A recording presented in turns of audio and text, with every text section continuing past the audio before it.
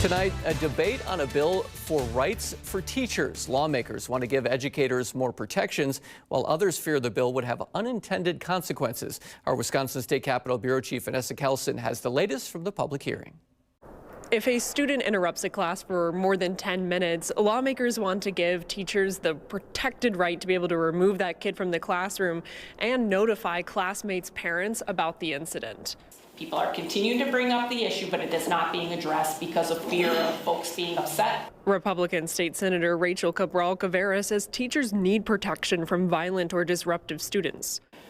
We're talking about the teacher that's wearing gloves to their classroom because they are bitten numerous times over and over again and it hasn't been addressed. Under the bill, students removed for violent or disruptive behavior would need a behavior intervention plan before returning to class. The state senator says this lets teachers focus on teaching instead of behavior management. It shouldn't be happening in our classrooms. We're there to learn, not to annoy and anger and hurt and frustrate everybody else. But at Wednesday's packed public hearing, most testified against the bill, including Joe Clark. I have autism.